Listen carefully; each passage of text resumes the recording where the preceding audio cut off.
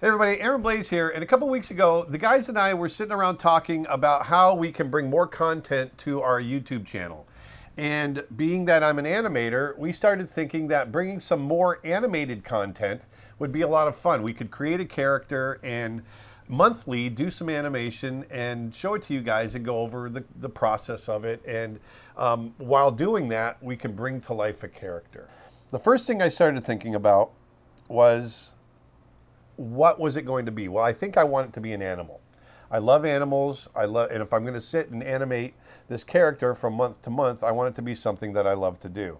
And the one animal that I knew more than any other animal in my life was my dog that we had. We got her about a little over 20, maybe 25 years ago, and we had her for 12 years. And her name was Miss Violet. And Miss Violet was an English bulldog. We got her when she was, I think, 12 weeks old, and we had her until the end of her life. And she was just one of the most amazing, sweet, farty, fun dogs that I've ever had in my life. And so I just thought, you know what? I think she would make an amazing animated character. So the first thing I had to do was set about coming up with her design. So why don't we sit down and I want to go over some of the processes that I did to create her character. And if I could break it down to the simplest form, this is a bulldog. Basically, it's this with a big fat neck, a huge loaf of bread body, giant shoulders, like so. Those shoulders come way around.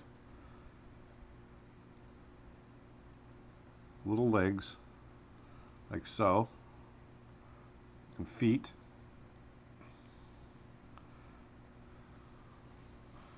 Just like that. That is basically a bulldog in a nutshell. And the ears. Okay? Now, I need to attach a face to that.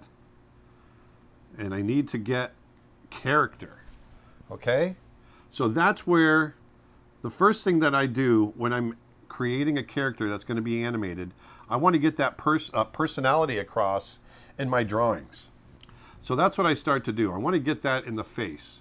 So now that I've got a body, let's go ahead and draw. Let me break the face down for you. So here, I start with that circle, especially with a bulldog. It's a big, circular, chunky face. Give her some big cheeks. And right about on this line here, I want to get that nose. Now here's a very fun fact for you. Back when on Mulan, when I was designing Yao from the Gang of Three, I animated Yao, I really didn't know what I wanted to do with his nose. And I went back to my house and I was looking at my bulldog, and she had this funny little nose like this. And Yao is kind of a bulldog type character. And so I gave Yao my bulldog's nose, Violet's nose. She's immortalized in the movie Mulan. So there's that nose. That's how they have this big wrinkle on top of their face. And then these big jowls. Now the question that I have is, how cartoony do I want to make her? Well, I definitely want her to have some cartooniness to her, some fun. But the funny thing with bulldogs is you don't have to go super cartoony because they're already pretty cartoony. So there's that muzzle. They have this kind of round shaped, very short muzzle. The other thing about bulldogs, I was experimenting with getting her eyes kind of close together initially, like so. And the more I did it, the more it didn't feel like her. I was trying to do it from a design standpoint. I wanted to concentrate a lot of the details kind of in an area, in a tight area, so that I could have some open spaces for just for the eye to rest, like so. And I like this okay. Here she is, big fleshy brow, wrinkly head. I like that okay, but let's darken that nose in. But I started, it didn't feel like Violet. It didn't feel quite bulldogish enough. And one of the traits of a bulldog is wide set eyes. So I decided, let's go ahead and try it and just see what it looks like. So then I decided to put her eyes down here. And then all of a sudden, see that? I'm still getting the details kind of concentrated in one area, but now she feels much, much more bulldog. And I have more room to do stuff with these little fleshy brows. And I'm giving her little eyebrows. I'm anthropomorphizing her. I think I added a syllable in there. Just a little bit. All right, little English bulldog Violet. There we go. And so you can see just a little change like that. One little change of, just moving the eyes the slightest little bit. Here we can get a little, move that wrinkle so we can get a smile effect. Just that one little bit really adds to the, not just the appeal, but the believability, the bulldogness of her. And it gives it a little bit more authenticity. And then right up here on the side, there's one there and one here. This is where the ears go. And bulldogs have these little floppy ears like so.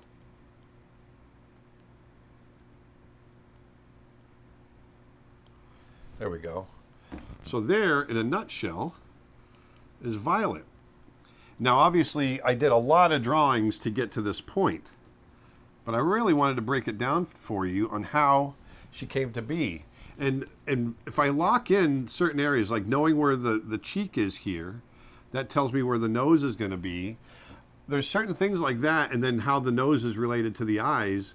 This is what's going to allow me to draw her the same way every time. People always ask, how do you draw that character that you're drawing the same way every time? How do you keep it consistent?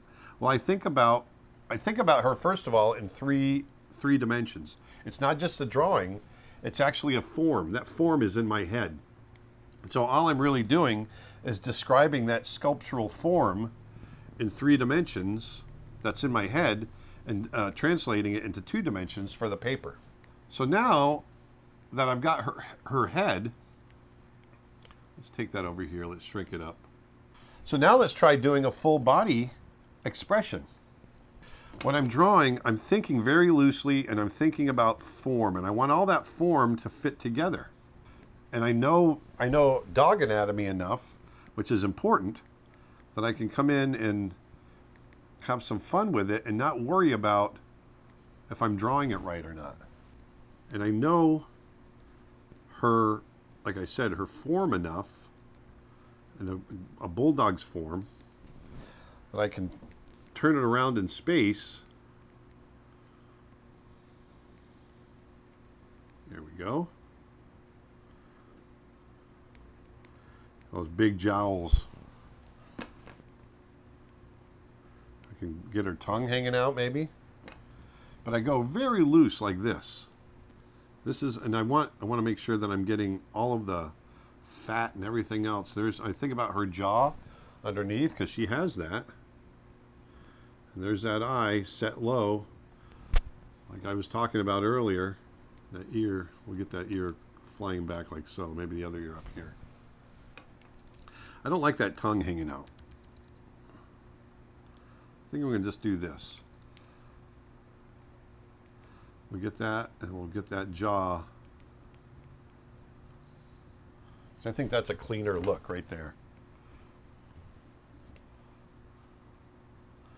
I think I want to keep that negative space open as well. So here, so now I've got a rough sketch and kind of a rough look to her. I know, and I break up the body. For those of you that have watched me draw animals, I break up the body into the head, the neck, right here, the shoulders and arms, which are here, then the trunk of the body here, and then the hips and back legs, and then tail. Okay, so here I've got a drawing of her, and now I'm getting personality coming through. Just a little dab. So now what I can do on this is I can lighten this up. And this is the same process that we did when we were designing our characters for The Lion King and some of the other Mulan and Aladdin, except we did it on paper. So now that I've got the rough drawing, now I can come in and I can start tying it down like so. And like I said, if you can do this, what's really important about this stage, coming up with your design, is getting the personality across. You want to get that personality to come across in the drawings. They're not just, if you look at a lot of portfolios, and a lot of times I'm seeing characters just shown, in a front view, 3/4 view, side view. And for me, that's fine for someone that's going to be modeling these characters or whatever. But from an animation standpoint, I want to know who these characters are. And so in order to do that, I try to put as much character into the drawing that I can. So here's our little Miss Violet coming at you. Now here, because her head is turning back towards us, I know that I'm going to have some fat rolled up in the neck right there. So I want to get that feel. We'll get that ear coming back. And the other thing that I'm thinking about is nice, clear silhouette. I want to make sure that her silhouette is nice and clear. So you can see now, as I'm drawing her, you can see by throwing in that rough drawing first, it's become a roadmap for me. And I can add little touches of anatomy here and there as I draw her out. So I'm going to pull that heel back here. Get that little squirrely tail. Let's jump up to the front here. Her shoulder is kind of buried under the fat of her neck. And then here's her chunky little forearm. And dogs are funny. A dog, the top part of their paw is fairly flat. Her toenails come out here, and then you get the roundness of the toes underneath. I love doing these drawings of her because it just brings me back to when she was alive, and she was such a wonderful dog. And then I want to get the feet right, so there's the pad right there. I'm going to simplify it. Toe, toe, toe, and toe right there. Just like that. Keeping it simple. So there we go. So there's one drawing of her. You can see she's this little chunky dog. Just like so. And then come in here. And what I've done, and the key at this stage too, is to really explore personality, explore who she is, what she can do. I've even started looking at the possibility of going back to when she was a little puppy, and so I created some little puppy designs as well of her. And so the key to this is really just having fun with that, so that when it comes time to actually sit down and animate, I've got it all in my head already. That's the process that I go through in order to create an animated character.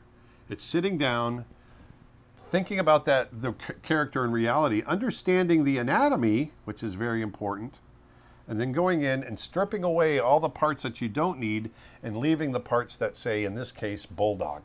Okay?